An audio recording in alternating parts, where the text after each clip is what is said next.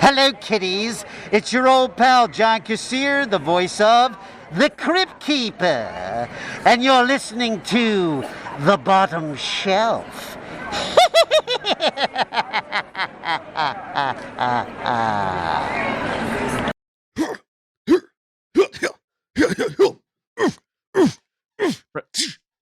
Branson. What is it? Branson, what are you doing, dude? I'm doing my workout montage. We got to get ready for the intro for the show today. No, bro. What? There is no intro for the show today. There's like literally nothing to intro about this movie. It's not that kind of a movie. But my montage. No. But no. But no. Let it go. Okay.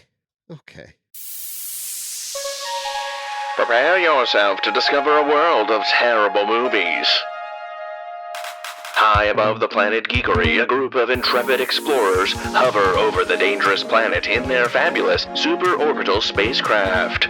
Their mission? To conduct a complete analysis of movies known throughout the universe as terrible. So grab your space popcorn, grab your freeze-dried ice cream, and join us for today's mission of discovery and wonder. Are these movies better than the galaxy thinks? Or do they really belong on the bottom shelf?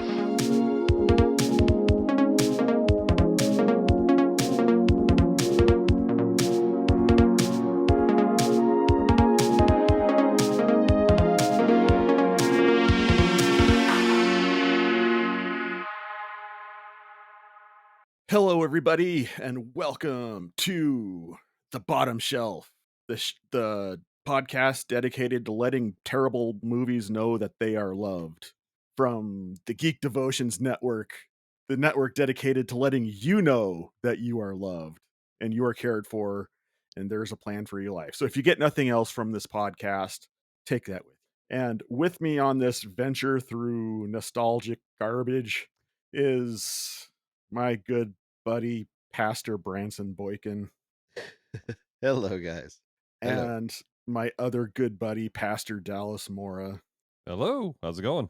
And this month, because we are slowing the process down for the summer, we are discussing 1989's Best of the Best, directed by Robert Radler, and starring Eric Roberts, James Earl Jones, Sally Kirkland, and Phillip Rhee.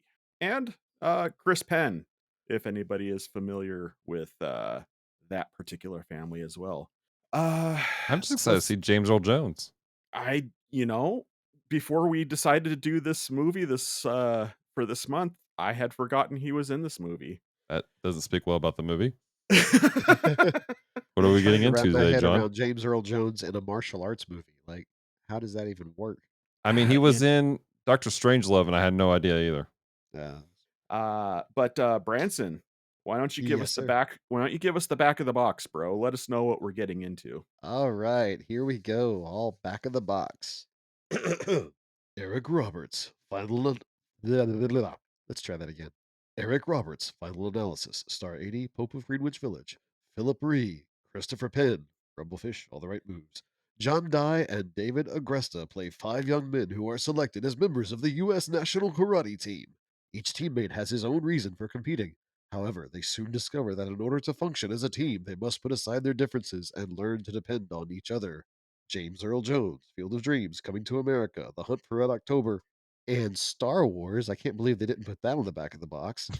Their unorthodox coach, and Sally Kirkland, Anna, The Sting, The Way We Were, and A Star Is Born. Their trainer teach them that winning is not a sometime thing, it's an all-time thing. Together, they enter an exhausting training period that puts their mental and physical skills to the ultimate endurance test. After 3 months of grueling workouts and personal conflicts, they are ready to face the highly skilled Korean team and become true champions. In an unexpected and climactic ending, these men come to understand what it takes to be the best of the best. Well, that sounds dramatic.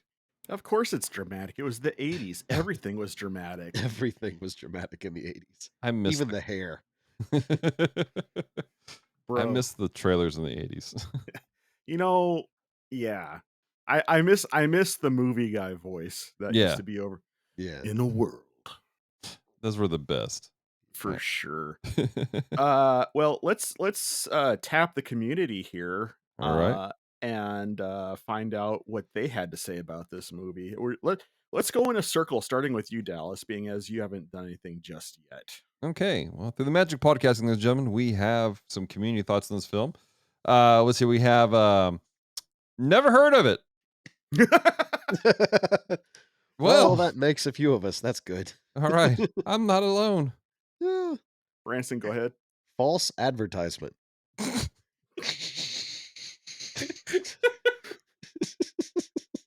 This person does not think it was aptly named, apparently. That is clever. I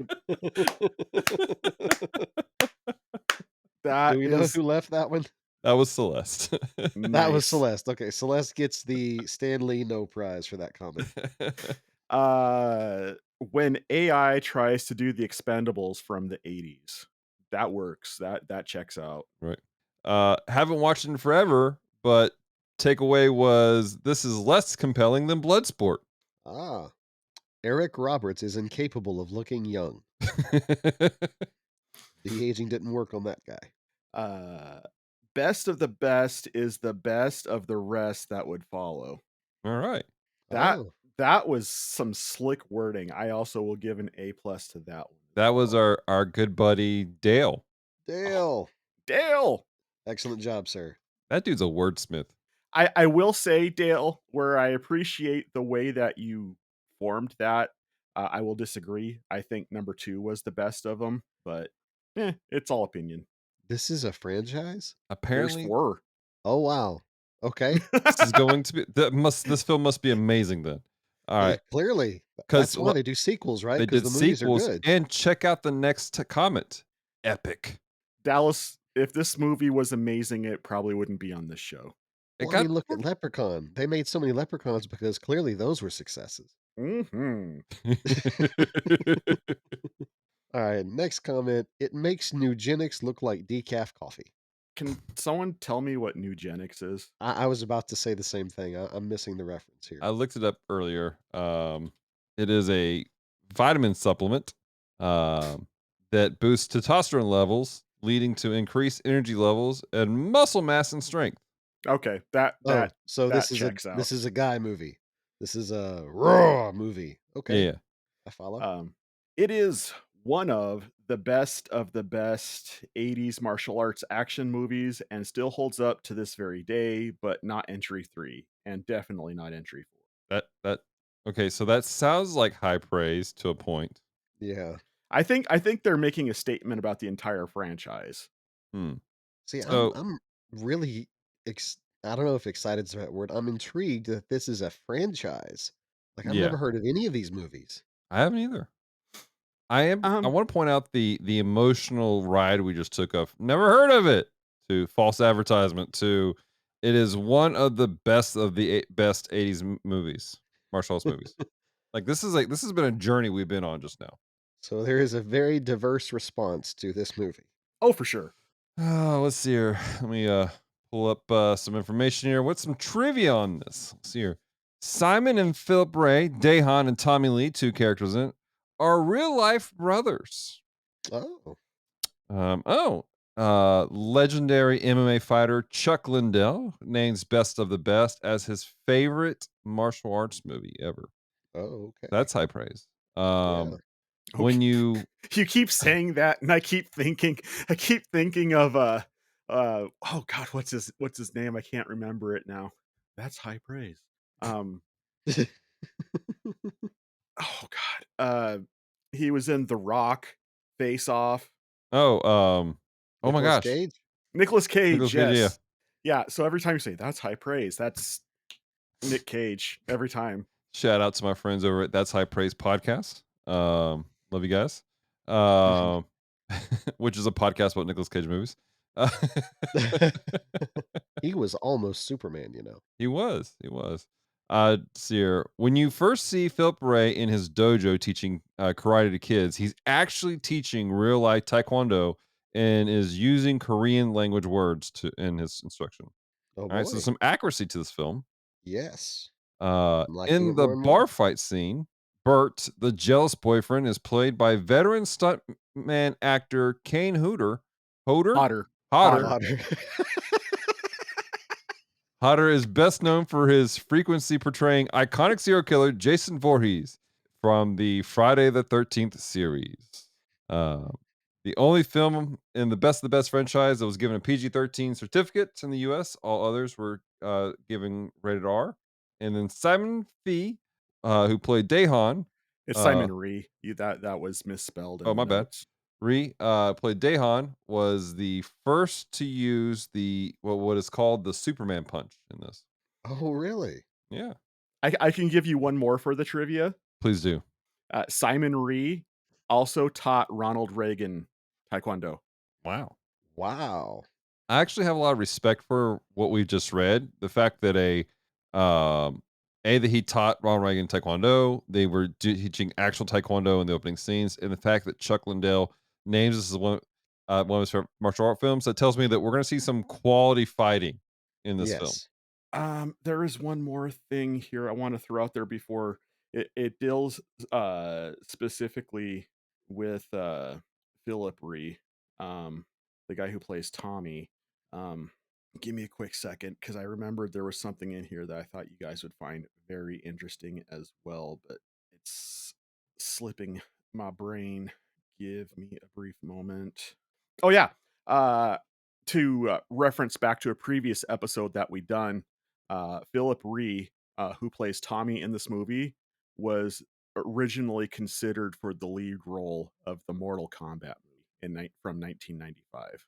No kidding. Oh, cool. So we very well Cool could have had looking actor. him as Liu Kang. I am Liu Kang. I'm trying to picture him as Liu Kang, and it just doesn't work in my head. I'm not getting it myself. I'm too used to the big poofy hair, the short hair. Just Well, tell you what, let's dip into expectations before we see this movie. Dallas, what are your expectations for this movie?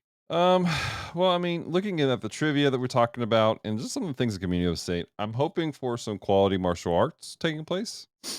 Um, um, I am hoping that we're not going to get what we saw in Surf Ninjas, where that we had quality martial artists who had to play dumb.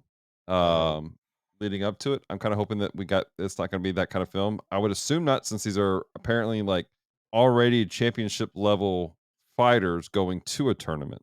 So at the same time, and I'm just going to put this out there, 80s storytelling has a tendency to drag. And so I'm concerned that I'm going to have that typical 80s playing a power ballad drag at some point, or at least multiple points in the film. Slow songs with melodramatic guitar solos.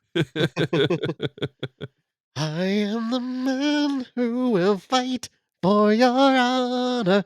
Easy I'll Peter be the Cetera. hero you've been dreaming of. Well, Branson, on that note, what are your expectations for this movie? I've never heard of this movie before. The getting ready to watch it for the podcast, so don't really have a lot of expectations given the time period and the subject matter. I'm expecting something a little bit Karate Kiddish. Mhm. You know, fight scenes interspersed with emotional character development. Mm-hmm. You're gonna have a bunch of people who fighting is all they want to do, but then they really love their girlfriend, and the hero's gonna get himself beaten senseless, but he's gonna pull some super sweep the leg crane kick move at the end that's gonna win the whole thing. Branson, you do realize we're not watching The Karate Kid, right? I know, I'm just saying that's what I expect. Given the time period and the subject matter, I expect it to be All movies were Karate Kid in the 80s. That's all. That's what Branson is saying. yeah. All martial arts movies were Karate Kid. Man, I want to watch your version of The Breakfast Club. Right? Was that a martial arts movie though? No, It would probably be a better movie if it was. Right. Well, I can tell you that because okay, so we've been very vocal about it this year. Like, this year is the year of guilty pleasures, and this was my movie. I absolutely have seen this movie before, and going into it, I am expecting a nostalgia bomb.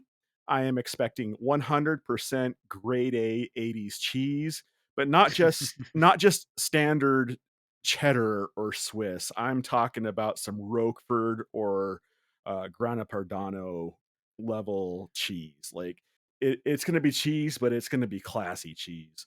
Um, I'm expecting over overly dramatic montage scenes, misunderstandings of cultures that aren't American, uh, overemphasis on American patriotism, and character arcs that go way too fast to legitimately happen in real life. Uh, that's what I'm expecting, and I am here for it. Love it. Like this movie was my jam because it came out at the same time as other movies like Bloodsport and The Kickboxer and all that sort of stuff. And you can tell by my voice, I am excited to get into this. Like You're pretty amped about this, man. I am. I so am. So, All all right. right.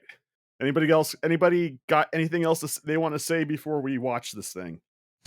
No, I mean, Uh, let's. I'm kind of excited to see it now after hearing John go on about I it. know, right? Let's get in I'm there. kind of amped. Let's go. That was our Let's go. training montage right there. Yeah. Let's go. Oh man, I want to punch him and eat a steak. Dear listeners, this is your opportunity to escape. Our crew has just entered into the media projection chamber. What horrors and madness that they consume are unknown. Their mental state upon their return is unknown. You have been warned. Why is it in every single movie Eric Roberts always looks like a 53-year-old divorced father of 3? No matter what year it comes out in, he just looks. It's like he has like Benjamin Button disease or something like that. It's just like he's completely stuck at one age. I am convinced he was born at the age of 53 and will never change. He is immortal, born in the Highlands of Scotland 400 years ago. Oh wait, wrong movie. Sorry. There can be only one. And yet he kept making movies. You know, that's another reference we could make to Nicolas Cage is that Eric Roberts pretty much will star in any movie that you throw at him. I want to say this. I had this in my notes that Eric Roberts reminds me of Dollar Tree version Matthew McConaughey. Like the With that hair, entirety, yeah. like the entirety of the movie. I just expected him to just do Matthew McConaughey-isms the entire time. He always looked like an angry cobra with how his hair was in this movie too. It was slicked back and poofed out on the sides like a cobra hood. Like, oh my gosh. well, let's talk about this thing. Let's spoiler free, of course, but Yeah. let's get our feelings out. Other than kind of mocking how Eric Roberts looks. So let me ask you this: was it a trope of martial arts films in this era that they all opened up with some sort of rock ballad taking place? Because Surf Ninjas did the same thing. This opened up with some pretty cool rock sounds to it. Was that a thing back then? I think they did that to kind of set the mood. Like, you know, you're in it for the action sequences, and they want to get you pumped up and like, sort of like how we went into this movie where you're like, I'm a man, I need to punch something and eat a steak. And that's kind of the feeling they're trying to set at the beginning of the movie to get you pumped up. Like, you're gonna watch people bludgeon each other into bloody pulps. Yeah, we got there eventually. Yeah. So that I think that's what they were trying to do. So like what are you guys' initial thoughts like about what you just watched? The fight scenes that did happen, like the actual tournament fighting, was very well done. Like it felt like an actual fight instead of a choreographed dance. Mm-hmm. Which, not that I have a problem with the choreographed dances; those are fun too. But it just feels different. It feels more gritty. It feels more realistic to see guys. I mean, it looks like they're really hitting each other. Yeah. You know, there's the the the matches that were shown felt more like real matches because they didn't last for minutes upon minutes. It was a quick boom, boom, boom, point, split Mm-hmm. up. boom, boom, boom, point split up. So I appreciated that. Yeah, I actually have that in my notes here. Actually, is that the fight scenes in this, for some of them, Yeah. felt more authentic. It felt like these were people Mhm. who actually knew what they were doing. Especially the tournament itself. Yeah, Some of the fight scenes Oh, leading up to that. let's not get into the specifics because we're not in the spoiler yeah, section yet. yeah. There were some scenes where the fight scenes were like okay, we've obviously choreographed some of this stuff. Yeah. And it specifically around certain characters, I just had a hard time believing that they were martial artists. Chris But Penn, overall, we're looking at you. I wasn't gonna say names, but while we're at it, Bro had a massive beer gut through the whole entire movie. He did not strike me as an athlete of any type. I I as someone who has ran with martial artists, who has taken part in a form of martial arts sport involving swords, I've seen some heftier guys, and they scare me of how well they are at doing things. Great I example, under huh? Go ahead. I was Branson and I have a friend named Bobby Thornton, Oh, who yeah. the man was probably 2 inches shy of Goliath, and Yeah. but he was a bigger man. Now he's lost weight. He got some Mhm. self stuff in order. But that dude, he was like a moving wall. Mhm. Like he was a big man, but you weren't going to hit him, and not just because of his arm reach. Yeah. I do see what John is saying, though. I don't know if this is a spoiler or not, but given as referenced before, the montages that were shown, Yeah. you would expect him to be in better shape, at least after towards the actual tournament. When you first meet him, it might be understandable, but if he's going through this super tough regiment training, he should look less like he's been enjoying a few Coors Lights. Yeah.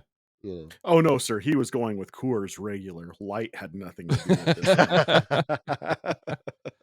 Oh my gosh. So I think most of my notes on it are pretty um spoil filled. But I will say Yeah, this felt like an 80s movie. Like if you are in the mood for that 80s feel of storytelling and cinematography, this is like quintessentially. It's like they went to the back room. They're like, "Hey, grab this template and let's use that for everything." I wouldn't be surprised if somewhere there's a plugin for DaVinci Resolve to make all your film look just like this. yeah. I was Because it felt like the 80s. right. I understand that the AI comment from before because what I wrote in my notes was this is very color by number. Mm. Hmm. Like everything that you expected to see in an 80s martial arts movie was there, and it was there when you expected it to be and just how you expected it to be. I think there was one thing in the whole movie that we'll get to later that genuinely caught me off guard. But Hmm. everything else was, yep, I expected that. I expected that. I expected that. Yeah. But I will to speak to that though. I would like to say that that's not necessarily a bad thing. No, no, I'm Like not saying it No, is. I'm just it's no, saying not at that all. it Yeah. is what it is. Like it's I'm not like saying it's a bad thing. it's like slipping into your favorite pair of underwear, man. It's like everything Right. just goes where you want it to. Yeah. Yeah, Yeah, absolutely. definitely. You know what you're getting when you go into it, Yeah. Hmm. Uh, and it That's what doesn't shock you. right.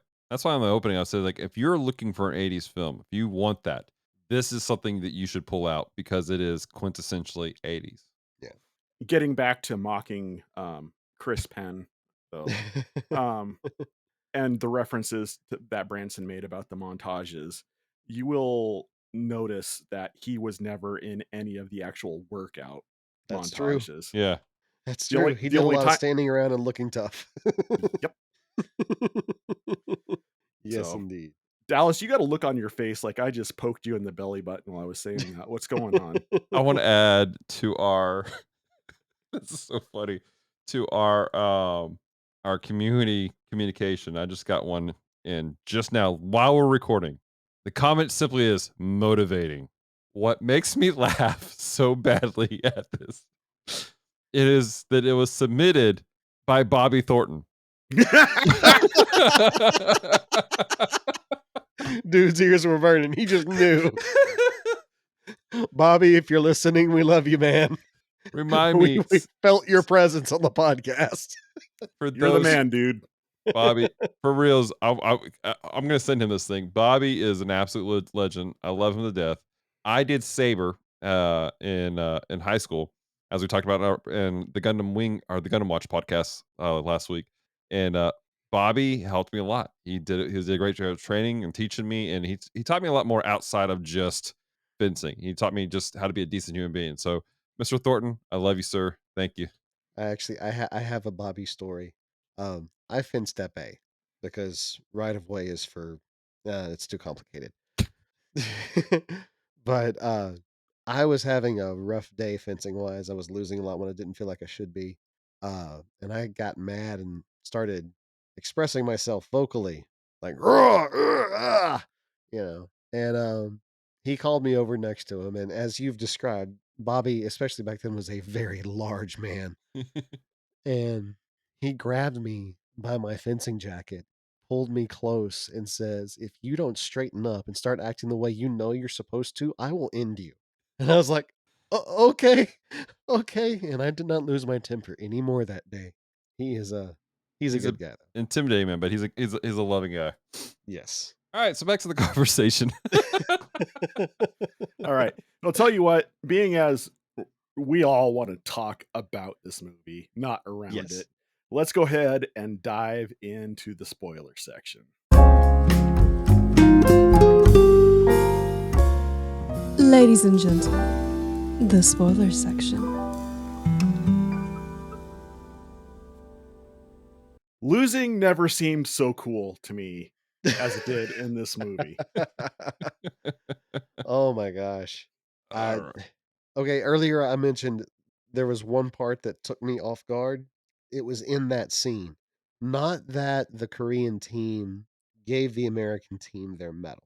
That I kind of saw coming because he could have done the kill shot and chose not to. The part that caught me off guard was when the dude apologizes for killing his brother and then offers himself as a replacement brother. Mm-hmm. And it makes it even more interesting to find out that they were real life brothers off camera. Like those were actual brothers. So that was the one part of the movie that genuinely caught me off guard. That's the one thing I did not see coming. I saw Korea winning by a technicality, Mm-hmm. but then paying deference to the American team, like saying, "Yeah, we won technically, but you really won this fight." Mm-hmm. But I did Because not 80s. see. Yeah, right. Because he's. But I did not see the "let me be your replacement brother" thing coming. Is that part of Korean culture? Do y'all know? Is that like a I have common no thing or? idea. I have no idea. I will say though that it was an 80s movie trope, however, for that moral to come across with that it's better to lose for the right reasons than to win for the wrong reasons. Yeah. And I think that there's a sermon in there somewhere. That's not my weak connection, but it's something that just kind of struck me while we're talking about it. But Mm-hmm. Yeah. I love that, and especially just hearing James Earl Jones. No, no, no. Oh my gosh. Oh, but this movie. Okay, so this movie is montage, action montage. The movie. Yeah. Yeah. I mean, like legitimately, I'd say probably about 20 to 30 minutes of this movie is them preparing for this tournament that they're in. Yeah. You know, I y- I was laughing about this earlier, and this is it almost made me wonder if they were trying to do like what they did with Fatal Deviation, and they shot a bunch of stuff to impress somebody. And so somebody's like, let me do a whole bunch of training montages to impress some director to show them I can do a training montage movies. And then turned it into a movie. Yeah. Yeah. I don't think so. Like during the 80s, there was like the preparation montages were like huge in the 80s, right? Mhm.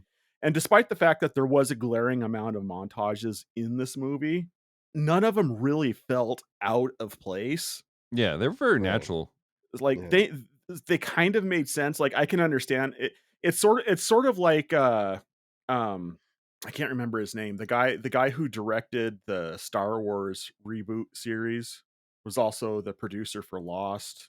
Yeah, I can't remember his name, but I know who you're talking about. J.J. Abrams. Yeah. It's like J.J. Abrams with his use of lens flares. Uh-huh. It's only annoying if you're looking for them. Yeah. Yeah. That makes Oh. sense. So The guy that Eric Roberts played, Alex. the master. Alex, he felt a little all over the place for me Mm. because you go from rough and tough, I work on the machine shop assembly line, to I'm watching my son ride a bike for the first time. Oh, he was the To classic sensitive strong man. Yeah. Yeah, but it kept flipping back and forth. He kept going from sensitive guy to tough guy to sensitive guy to tough guy, and it was a little off-putting, honestly. Like the scene where he goes because his kid gets hit by a car, and his kid turns out okay. He comes back and he begs to be put on, and he tearfully says, "This is the one thing I know I'm good at." And while I appreciate the sentiment of it, it just felt oversold. It was like, okay, he left the tournament so he could be with his son because, as he said, there was no choice, which I appreciated, by the way. Like, Right. he didn't struggle with that decision at all.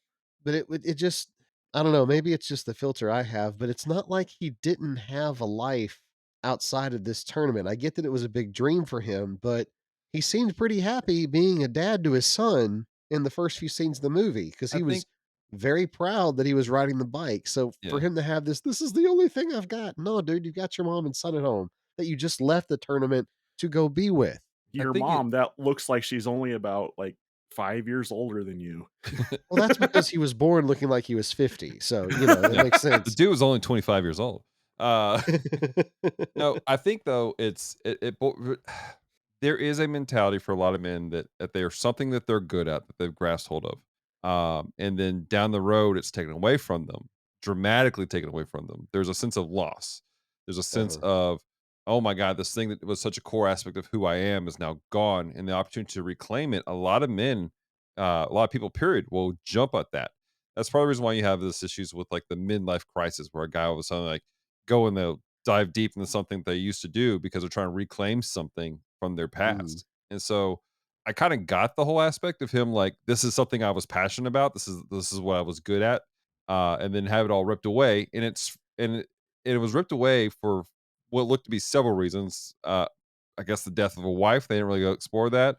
But his yeah. shoulder being damaged, almost possibility not being able to do anything at all, and then to have it given back to you last minute going, hey, this is a gift for you to walk back into, and then Yeah.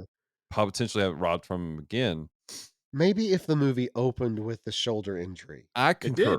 It and did. then no, with him actually getting his shoulder injured. Oh, okay. I Yeah. got you. I got you. I But got you. like let us actually see that moment and feel the Mm. pathos of it, and then write his opening scenes to where he seems a little bit more forlorn about his situation because that's what was so off-putting was he looks like a perfectly happy dude Hmm.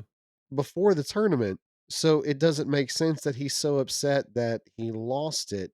I understand all the points that you're making. I just think, as far as the cinematography and the writing, they could have done a better job of driving home those points Mm. so that when he's sitting there saying, "This is the only thing I'm good at, please don't take it away from me," it's more believable unless he's throwing a tantrum because he's not getting his way. I Mm. get that. At the same time, that almost, and I'm not saying it was intentional, but almost does speak to the whole aspect of how a man is always supposed to look like he's good no matter what. And then if Mhm. he does have a moment of breaking, then it's like, well, shame on you type of aspect. And Yeah. so this kind of highlights the whole aspect of he's supposed to be good. That's why he looks happy, but on the inside, he's been dying the entire time. Now, I agree. I think Uh-huh. they should have done more to play that up. Will give us a little bit more intrigue into that. At the same Yeah. time, that this is a part of my issue I ran with the film was I couldn't tell who the main character was supposed to be. Was it supposed to be Alex or was it supposed to be Tommy? Yes. Right. The entire Yeah. time of the film, and I'm wondering if some of it was because Philip Rhee actually is one of the writers, and it has almost felt like he was like, I don't want it to be too much about my character. Let me focus more on this character. It was this weird, Yeah. like you have a lot of characters, but you need to focus on one. I Yeah. think honestly, like with what the theme is of this movie, Hmm. I don't think that there is supposed to be a main character. I think the main character is supposed to be the team. like as Oh. as a cohesive unit. But even that That's felt shoehorned at times, didn't it? I think it was supposed to be about the journey of becoming a team. Mm-hmm. And Which I think they really drove that home for Tommy and I keep forgetting his name. The two Alex. main guys, Alex. For Alex and Tommy, they drove that home. The other guys were just there, like the cowboy, the Italian, and the Buddhist. They were there to serve as punching bags for the other guys. Mm, They didn't really serve a purpose. You could almost remove them from the movie I and really not liked miss that out on a Buddhist whole much. character. I You liked what? the idea of him. They just didn't do anything with him. He was just kind of there. Like when he was holding the bag and Tommy kicked him really hard and he fell over. Yeah. I felt like that was the point of the character. He was there to hold the bag so that the real martial artist could do his stuff. Nah, he was the innocent guy, Yeah. the naive, pure-minded gentleman type. And I we mean, see that in the bar scene and mhm. nowhere else. Like that's the only time we see that is when he's at the bar dancing with a girl and shocked that Well, someone's interested in him. here's the thing. In the 80s, your movie had to be a tight 90 and that's Yeah. it. Like Yeah. there's That's only fair. so much you can do with 5 characters. Yeah. Yeah. Really, I think if this was made today, you'd see a much broader focus on all 5 members, and it would be more focused on the coming together as a team. This movie is essentially, like, if you really want to think about it, this movie is basically like the first Avengers movie, except kung fu in 80s. Yeah. Without the benefit of the setup movies. Right. I Yeah. give you But that. I mean, and so it's like I can appreciate what you're saying, Branson, but in the same sense, um, it very much, and I know I use this statement a lot, but it very much is a product of its time. Mhm. And with the constraints of what the expectations were for that time period, I think they did. Like I caught the fact that what they were shooting for was the main character as the team and not one particular person.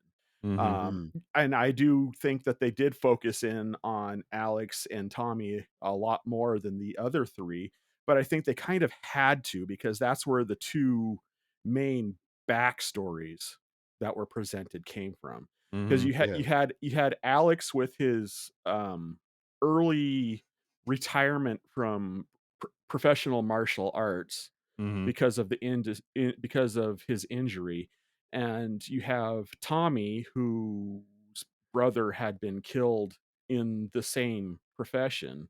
Yeah. um Spoiler alert, he has another brother that you'll see in part 2. Oh. um Ah. I and almost wonder if this would benefit instead of a 90-minute movie, make it like a 6, 7-part miniseries. maybe, but in the same sense, I think it would become a little bit tiring if you were to extend it too much. Mm. Yeah. I Yeah. think maybe another 30 minutes. I think that would have been gold for a film. Another Yeah. 30 minutes of setup of giving us the back history of some of these characters. Maybe getting a little more into Dehan. I think that was supposed to be like a surprise ending with Dehan at the end. But I think just again, just maybe even 15 more minutes of just filling in a little bit more about these characters to Mhm. make us feel for them coming together as a team. Because really, when it came out the gate, like we've already said, it was focused on Alex. It was focused on Tommy for the for quite a bit. Virgil and Travis, they were kind of like they were just kind of there to help things out. Travis Yeah. was there to be a jerk and for all of us to want to punch in the face squarely, and Virgil was one for us to counter who Travis was as a Uh-huh. character. But that was kind of their purposes, though. Like they needed the aggressor on the team, the Yeah. hothead. Mhm. And they needed somebody to balance the hothead, which you had Virgil. Mm-hmm. Yeah. And then you kind of had the dopey happy-go-lucky guy, which was that 5th guy that I don't remember his name. I mean, honestly, these are all character types, and I'm kind of leaning into our other show that we do, but these are all character types I would expect to see in a Gundam series. Yeah. Especially Yeah. especially the hot-headed cowboy character, Right. Yeah. which Right. we did see in Robot Jocks. Just throwing that out there. You're not lying. You're not lying. uh, I think I can think of iterations of Power Rangers that had a similar trope. You've got the hothead. You've got the The director responsible of guy. this Uh-huh. did Power Rangers. Which one? He did several Power Rangers. Oh, really? He did. Hold on, let me pull it up for us real quick. But I'm gonna point this out real quick. We keep going like, who was the fifth guy from his IMDb page? He's only done this one thing, Oh, and okay. that's it. But the director Robert Radler, he did. I just lost it. Where'd it go? Mighty Morphin Power Rangers, like the series. Yeah. He did Power Rangers Zeo Quest. He did Power Rangers Zeo for like 17 episodes. So yeah, he was involved in Power Rangers. And sounds like he directed my favorite versions. So awesome. I would also like to, and I've said this in our side chats, but I'll say Mhm. it on just to say it on the podcast. I want a spin-off movie about Dahan. I'd be down for that. Yeah. I want a origins movie about Dahan. Mm-hmm. Or Yes. even that whole entire, like, I want to see the movie about the Korean team, because their montages were super interesting to me. Mm-hmm. Yeah. Like standing in the forest in the snow and ridge handing or knife handing trees Right. Standing just under because. waterfalls and meditating. Mm-hmm. Yeah. Yeah, I definitely. kept wondering how he lost his eye. Like He that's a didn't. detail they have He in there. didn't. It was a blind eye, like, because at the end his patch comes off and you see it and it's completely whited over. Right. Well, how did he get blind though? Maybe he was born with it. Maybe it's Maybe it's Maybelline. Maybelline. I don't know. I think all three of us are about to say that. Oh my Oh gosh. my gosh. So that's funny. Did anybody else feel like the only two actors for the Americans who knew the slightest bit of martial arts was maybe Alex, but definitely Tommy, and the rest of them had no idea what was going on? Because what frustrated me the entire time was they're doing these training montages, and these are the most undisciplined individuals I've ever seen who are supposed to be already the top martial arts fighters in the nation. Yeah. Like, it drove me up a wall seeing how undisciplined, and yes, again, I'm a fat guy. I know I'm fat. I'm not saying I get up there and do it better, but knowing people who are into this type of stuff, there was just such lack of discipline and disrespect going on, especially from uh Travis. Like, again, Yeah. I Chris just liked Penn. his character. Yeah. I will say I didn't get that from Virgil. Like, the guy who plays Virgil, I could see him Hmm. knowing some martial arts, and maybe the guy that we don't know, like, I could kind of see that too. And, like, especially when you saw him fight in the initial Hmm. tryouts, Yeah. I absolutely do not believe Chris Penn knows any. Yeah. He might know kung fu, but not kung Kung fu. food. Yeah, it wasn't very believable to I He is called it from the proficiently beginning. trained. He is proficiently trained in General So.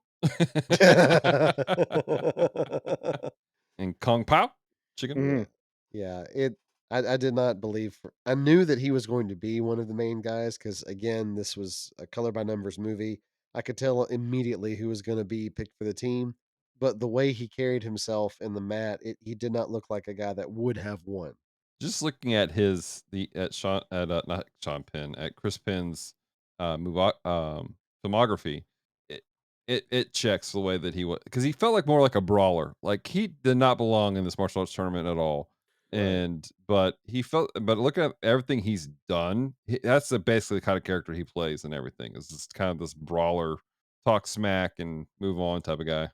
Yeah, he strikes me as being less of a Bruce Lee and more of a Tank Abbott. Yeah. Yeah. He's the chihuahua in the background. They're just like, please go away. So, Yeah.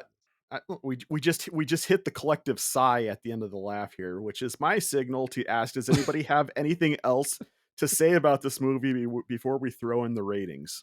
Can we talk about how James Earl Jones' advice to, was it Alex? I can't remember who it was now. Maybe it was Alex. It was to Tommy, was basically sweep the leg. He goes, wait, and then sweep the leg. I was like, Branson's right. It is Karate Kid. I mean, that's another one of those tropes that they lean into. He is the older coach with a tragic past who is coming back. This is a redemption story for him too. I mean, and I had a hard time believing that James Earl Jones was a martial arts coach. If they had been doing anything else, basketball, football, baseball, any other sport, I would have been Right. like, okay, it's believable that he has some knowledge of it. What does this guy know? Like, at no point was he wearing a gi. At no point was he wearing a belt. At no point was he even doing any kind of like Tai Chi or something. I mean, he was in a suit and tie with a clipboard the entire movie. And then he's mocking the one character who's one coach who actually seems to know something about martial arts. Right. Which was another trope, by the way. I knew it as soon as they were talking about Wade. I was like, Wade is a last name and it's going to be a woman. Oh, look, Wade is a last name and it's a Yep. woman. Exactly. So, but I did have some confusion also. And maybe you guys got me out. There was we were led to believe that James Earl Jones knew the entire time about Dehan and Tommy's connection. Yes. But when that first scene where they had the tape, Uh-huh. James Earl Jones seemed more surprised that this tape existed and that this was a thing that took place. Like he Right. didn't know at all. And if he was the coach, A, why didn't Tommy recognize him? B, why wasn't that in the records that something was happening there? Like Yeah. it just didn't make sense the way that came to be unless I missed something. Well, what you missed is that in the formula of 80s martial arts movie, that was the point of the film where you insert shocking plot twist. What a twist. If I had to guess, Uh-huh. I would think that he didn't put the connection that this was his brother until that point. And then he was like, but he had been the coach of the team during that previous tournament, Mm-hmm. but he didn't realize that Tommy was that guy's little brother until they saw that video.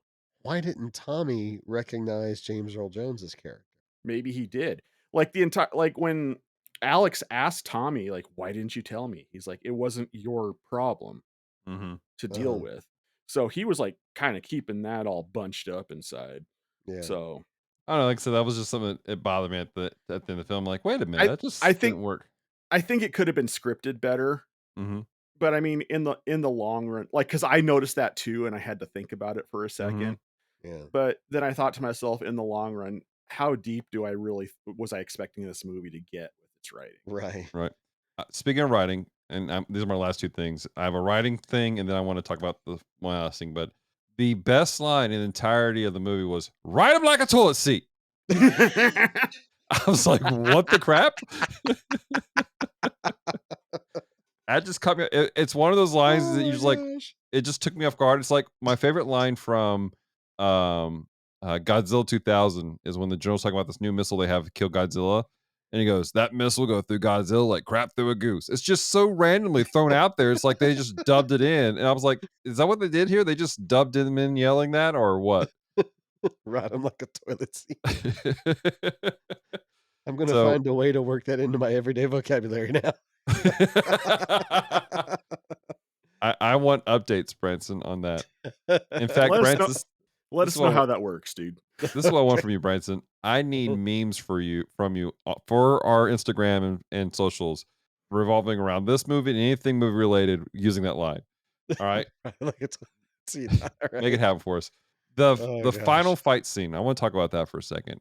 So good. That was the best fight in the entirety of the film. Yes. And it was like, it felt real. Like it felt like a legitimate sparring competition. There was obviously some safety stuff put in place to make sure things weren't happening, but it felt the best throughout the entirety of the film. And I loved it. I was there for that film. Yeah. Or for that was the one fight. time that like when his shoulder got re-injured, the way he carried himself, like I legitimately thought he like actually hurt his shoulder on camera. Like the way he like limped and slumped over, the way it was hanging loose. I was like, did they actually dislocate his shoulder for the Right. sake of the movie because he was playing into it very well. Here's the thing about Eric Roberts. He plays he is in a lot of crappy movies. A lot of crappy movies. But he's got skill. Like they're the two best actors in this movie that really sold their parts was Eric Roberts. And the other one was the guy who played Dahan. Everything he did, I Yeah. believed. Yeah. And it's just like I'm watching this movie, I'm like, Eric Roberts is just acting his butt off. But to take it back to what you were saying though, Dallas, yes, that fight scene, fantastic. And Yeah. then when we drilled down and found out about the Rhee brothers Mm-hmm. and exactly how skilled they are in martial arts, I'm like, that's why these guys. Explains so much. Oh, but that last fight scene is one of my favorite 80s kung fu fight scenes in any movie. Mm-hmm. Mm. Yeah. I can see that. I will take that fight scene over the end fight scene in Karate Kid, and I will not take that back. No, I understand. Because Eh, again, it looked real. You felt like a couple of those punches, it felt like they actually landed. mm. Like I wasn't 100% sure some of the blood on there was movie magic. I mean, it felt real. Right. Especially with the Koreans, their uniforms were white, and when they come up from the fights, there's red blood stains all over around their neck area. Mm-hmm. And sometimes you see those stains and their faces aren't bloodied. But then the Americans he's like, "Oh, that's not their blood." you know. Uh but it was and then like at the end when they have the ceremony and Dahan is like limping over. I mean, he is leaning into I got the crap beat out of me. And it just that aspect of it was very, very entertaining, very not cheesy. Like I felt Mm-hmm. like I just watched a full contact tournament. And it was a legitimately emotional scene. Like Mm-hmm. Yes. I felt that scene and I'm like, this scene is so much better than it has any right to be in this movie. Yeah. Right. Um, and speaking of Dahan, another 80s trope that I forgot to mention that they have in this movie that happens throughout the 80s. Anytime a character has an eye patch, that guy is the baddest dude in the whole crew. I actually have in my notes, I go, bad guy has an eye patch. ... Like I just guessed it. And then like Yeah. 10 minutes later, I go, called it. Eye patch guy is the main baddie. Yeah. And when I say baddest dude, I'm not talking about like the bad guy, but like the most Mhm. hardcore guy of Oh, whatever yeah. bunch Right. he's in. Like you can go back to Snake Plissken from Escape from New York. That's Mhm. another example. Yeah. So He's the guy to beat. He's the main antagonist. He's the best of the best. yes, so it was just something that kind of stuck out to me. Like any if you had an eye patch in the 80s, you were them. Yeah. Apparently a lack of depth perception makes you amazing. Apparently. So, Clearly. Branson, do you got anything else to say on this movie? Uh, I wish I did. I feel like I enjoyed this more than I actually did, if that makes sense. Like, I had a fun time watching it, but I'm trying to think of stuff that was like, "Oh man, that was cool. Oh man, that was cool," and I'm just coming up empty. Well, I here's don't the know. thing. This is one of those movies because it's when we were trying to come up with the opening bit for this to give everybody a peek behind the curtain, as we do sometimes. We were having a hard time coming up with something to do for the intro on this movie because there is nothing that stands out in this movie. And this Yeah. is one of those movies, and they do happen from time to time, but this is one of those movies where the sum is great the whole is greater than the sum of its parts. Yeah. There's nothing that stands out particularly about this movie except for the movie itself. Mm-hmm. Yeah. So at least that's my opinion of it. And that's a little bit foreshadowing. But if we don't have anything else to say, let's go ahead and go into the ratings. Branson, why don't you go ahead and give us the rating definitions? All right, here on the bottom shelf, we have a shelf rating system. First, we have the top shelf. The top shelf rating means I need to own this. This movie is amazing. I have no idea why it's on a podcast about bad movies. I need a physical copy of this in my library right now. Then we have The Middle Shelf. The Middle Shelf is, it was okay. I might watch it if it was streaming. Or for you old guys like me, if it happened to be on cable TV, I might stop to watch it. Uh, so it was okay. Bottom Shelf is, I probably won't watch it again. I don't necessarily hate that I watched it in the first place, but I'm not going to go hunt this down. And then Dumpster Fire. Dumpster Fire is, I will actively try to keep people from watching this movie. We are going to pretend like this movie does not exist. This movie is an insult to everything that calls itself a movie, and we will never speak of this movie again. All right. With that being said, Dallas, how do you rate this movie? I mean, it's not a good movie, but it's not a dumpster fire film. And so, like, I've been trying to weigh it off, like, our conversation today. Like, did it make me feel better about the film? And I think it did some. Um, like, I enjoyed talking with you guys about it. That last fight scene was primo stuff right there. But it's so forgettable that if it was on streaming and I saw it, I'd watch it just because forgot that I hadn't seen it before. So I'm gonna put it on the bottom shelf On the bottom shelf. Wait, you would watch it if it was streaming, you said? because I forgot that I had already seen it and didn't like it. See, He's saying he wouldn't actively seek it out. He wouldn't say, "Oh, look, yeah, I'll sit down and watch this again." He would watch it thinking that he had never seen it before. Because it was just on. It's not that he liked it that much. He just forgot that he saw it. All right. Well, Branson, where are you at with this movie? Based on the rating system, excuse me. Like I said before, I felt like I enjoyed it more than I apparently really did, because we've had it happen before where I walk into a movie thinking, "Oh, this movie was terrible. I hate it." And then after talking with you, I'm like, "Okay, well, I actually enjoyed it more than I thought I did." But I almost have the reverse effect this time. Hmm. When I sat down to watch it, while I was watching it, I was like, "Oh, wow, okay, 80s action, yeah, bring it, come on, let's go." And then when I sit back and reflect on it, like Dallas said, it's kind of forgettable. It was very paint by numbers, it was very leaning into all the tropes. I called everything that happened, I called. I knew there was gonna be a bar fight scene before there was a bar fight scene.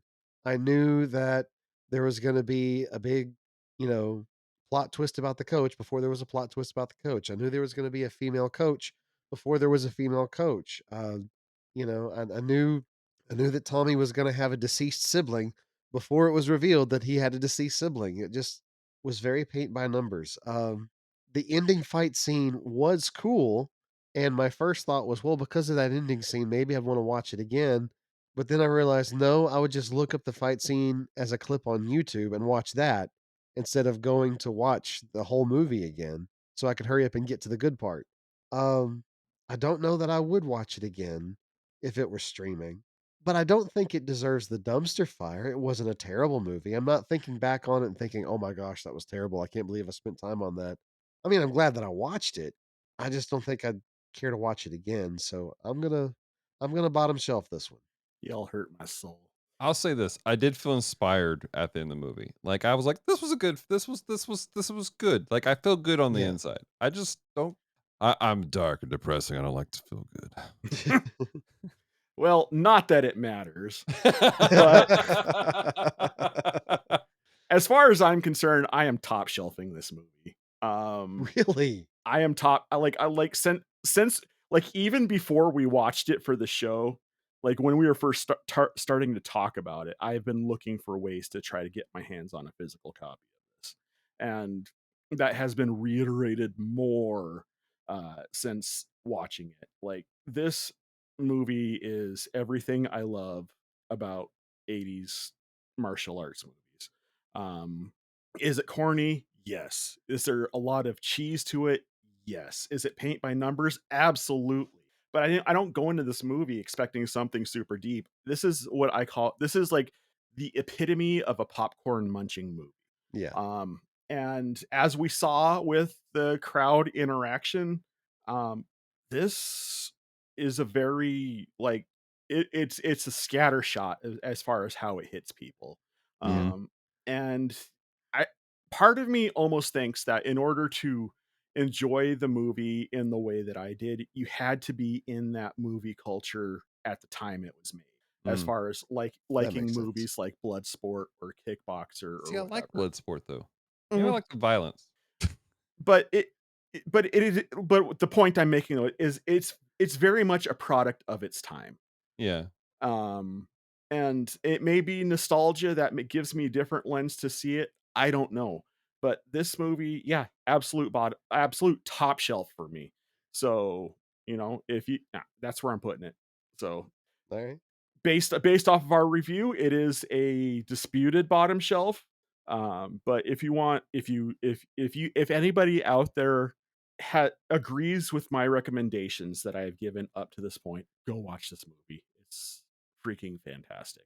With that being said, let's head on over to the Weak Connection to find out what kind of spiritual truths we may have for pulled from this movie.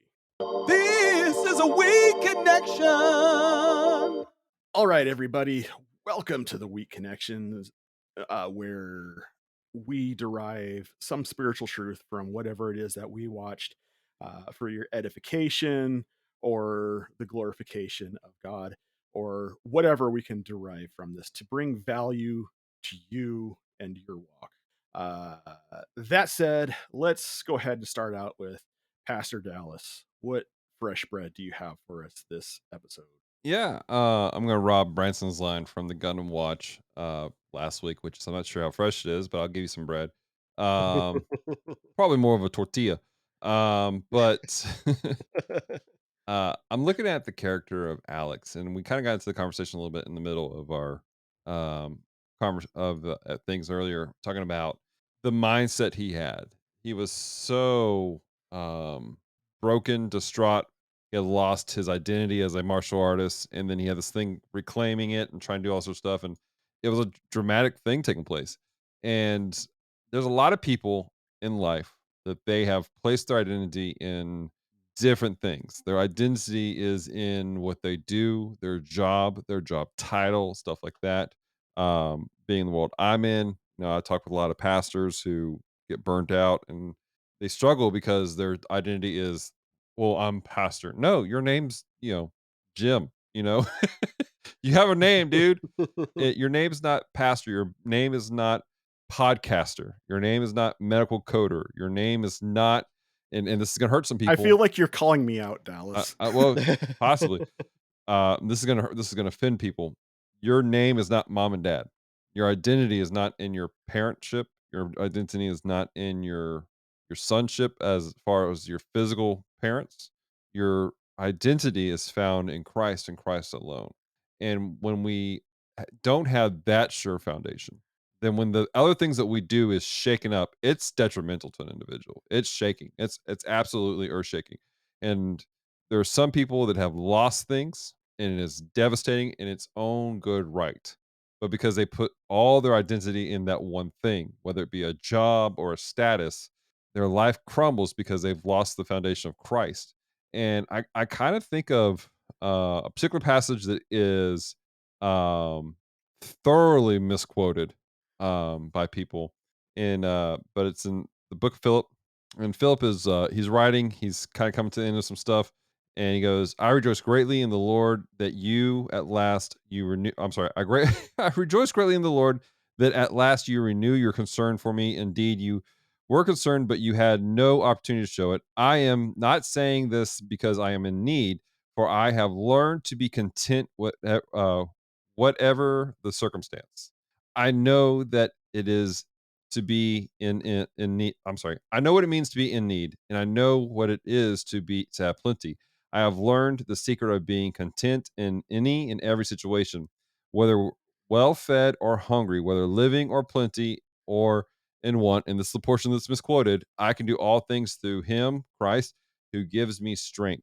That is taken out of context, and people put it on sports shirts and stuff like that. But what's talking about here is Philip is at towards the end of his life. There's persecution taking place. He's lost his identity as a man of position and status for various reasons. But he's saying, I don't care. I've been through it all. I've had I've gone hungry and I know how to survive. I've had plenty of food. I know how to survive, and that's being centered on Christ. That is where I can do all things through Him who strengthens me, because my identity's in Him. And so my encouragement for folks is center your identity in Christ, in Jesus. And it's such a simple phraseology for something that can be complicated, because we have hearts and minds that want to do so many things.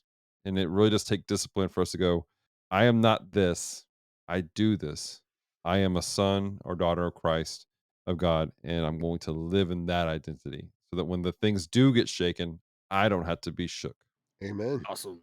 I act to speak to that verse just a skosh.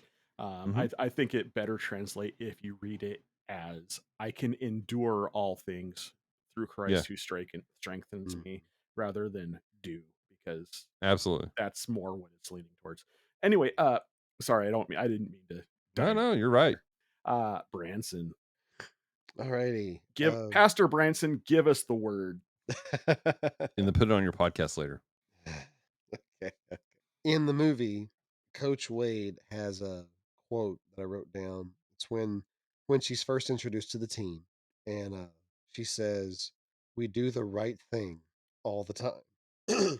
She's referring to how you don't train just for the tournament and then you're done. It's Mm, more than just training your body; it's training your mind. It's training the way that you act. Uh, it is an all-inclusive type thing. If you're going to be a champion, you have to be a champion in every aspect of your life. Being a champion has to permeate everywhere. We do the right thing all the time.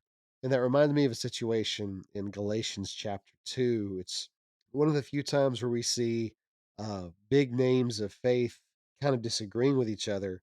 It's where Paul is talking about a situation where he ran into Peter, who he calls him Cephas in the letter, in Antioch, and Peter was being kind of two faced. He would act a certain way when he was with Gentiles, and then when Jews would show up, he'd completely change how he was acting. Galatians chapter 2 in verse 11. But when Cephas came to Antioch, I opposed him to his face because he stood condemned. For before certain men came from James, he was eating with the Gentiles. But when they came, he drew back and separated himself, fearing the circumcision party. And the rest of the Jews acted hypocritically along with him, so that even Barnabas was led astray by their hypocrisy. But when I saw that their conduct was not in step with the truth of the gospel, I said to Cephas before them all, if you, though a Jew, live like a Gentile and not like a Jew, how can you force the Gentiles to live like Jews?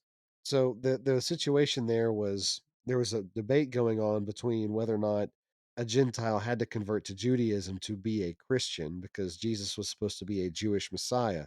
mm-hmm. And Paul and Peter both were kind of instrumental in teaching the early church, no, they don't have to keep the law to believe in Jesus Christ. They can just simply have that faith.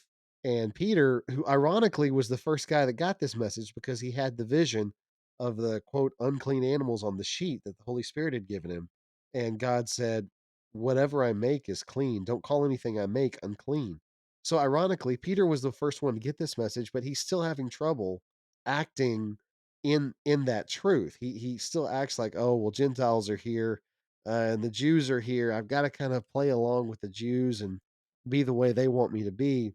He has this belief that Gentiles don't have to be Jews to be Christians, and it's okay for Jews and Gentiles to intermingle because of their faith in common faith in Christ. But he doesn't live into that, and Paul has to correct him. And Mm, I think that's a very telling thing that we have to understand as followers of Christ.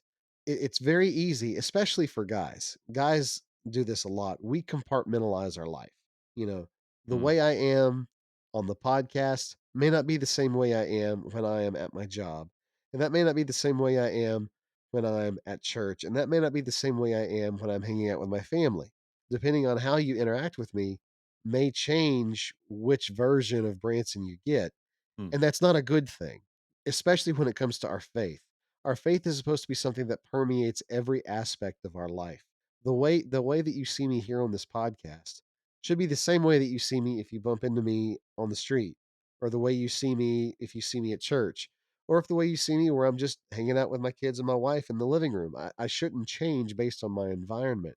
I do the right thing all the time, not just when I'm in that right situation. And so I think Wade's words to the team and Paul's words to Peter are challenging in that we have to be sure every aspect of our life, the way that we live 24/7, reflects our faith in Jesus. And if there's ever a time where it doesn't, then that's an area that we need to work on. We need to work on decompartmentalizing our lives to where we are a follower of Christ no matter where we go. Yeah. That's the weak connection for me. All right. And in one of those supremo events that only happens from a top shelf movie, all three of us have a weak connection. I'm sorry. This movie was fantastic. I don't care what either of you said. Mine comes from Ecclesiastes 4 9 through 12. And I'll read the scripture and I'll kind of get into it. But it says, "Two are better than one because they have a good reward for their toil. For if they fall, one will lift up his fellow. But woe to him who is alone when he falls and has not another to lift him up. Again, if two lie together, they keep warm. But how can one keep warm alone? And though a man might prevail against one who is alone, two will withstand him, and a threefold cord is not quickly broken." And earlier in the podcast, you heard me mention that the main character of this movie was the team. And that is a core theme that is shown throughout this movie, is the need for teamwork and the need to function as a team. You live, fight, and breathe for each other, and that's the way it's supposed to be as Christians. Yeah. And we experienced that today in our private chat that we have for the volunteer staff for Geek Devotions. We had some differences of opinions about a certain topic, and some people were very upset about a certain thing, and we all discussed our own points of views. And some people got a little bit aggro or a little bit heated about it because they had some passion on a certain subject, and that's okay. It is absolutely okay to be within a team of individuals and be passionate about it to the point of having some emotions about it. However, uh, at the end of the conversation, we all got together and said, "Hey, you know what? It's cool that we can have these differences of opinion, as long as we can all get together and agree to either hug or shake hands, and remember that we are all brethren under the same God and the same glorious Savior." Yeah. Amen. And it's too often in the modern American church that we clash against each other, much in the same way that the world clashes against each other, where our opinion is the right opinion and we have the sense of might makes right. We're eager to tear down people who disagree with us. Um, and that's not what God has called us to be. We are called to be a cord of three and not easily broken. But too often we're too busy cutting our own cord to be able to withstand those that come against the church itself. Yeah. And so my encouragement would be to focus on the team. There's a quote that James Earl Jones says that I can't requote here because of language, but essentially is, "You will eat, sleep, train, other words for the championship." And take it back into the Pauline epistles where he talks about, "I am like a man who trains his body." In the same sense, Christianity is partly a team sport, kids. Right. So gird yourself and go forth in a spirit of teamwork. I dig it. Cool. Well, hey, let's go ahead and go into some shameless self-promotion. Dallas, what are you promoting? Yeah. So, obviously you guys can find geekdevotions.com and find all our stuff. But that being said, if you want to check out Solid House Podcasts, check that out. It's a great Guys, podcast come that on. Branson does. It's encouraging. It's a powerful podcast. Yeah, you guys check that out. Be links in the description down below. Which, by the way, we already had one person who listened to the Gundam Watch, because we did this whole thing where we all talked about it, and they're like, "Hey, where do I find the Solid House podcast?" So we gave them a link. So check the link for it below in the show notes. As far as what I want to promote, go ahead and check out my link tree if you're super interested in what I specifically am doing. You'll see my link tree link in the notes below. But if I'm going to pick one project, I'm going to pick the Solid House podcast that Branson does. amazing podcast. I hold it up there with Alistair Begg and other people who preach. It is fantastic. I don't miss an episode. So go ahead and check that out. You'll see the link in the descriptions below as well. Hey, Branson, do you have anything you'd like to promote? You know, John, there only have been 2 episodes, so it's really not hard to not miss an episode. Hey, Get on discredit it. it all you want. I have friends that do other podcasts, and I haven't ramped up their show as hard as I've been ramping this one up. So, but do you have anything you would like to promote, Branson? Well, it's kind of already been promoted. I am trying not to blush on the podcast, but It's okay. It's an I audio format. So, I do have a podcast that I've started called Solid House. It uh, takes a look at Jesus's teachings, use them as the foundation, and we try to build a framework for how we live based off of that. I've got 2 episodes out so far. Right now, we're in the middle of looking at the Sermon on the Mount. Uh, so yeah, you can check out the link, Solid House, uh, Solid House podcast. If you have comments or questions about the show, you can email me at solidhousemedia@protonmail.com. Uh, yeah, or find the link in the description below. That being said, we want to thank everybody for showing up and hearing us talk about this amazing movie. And until next time, stay devoted.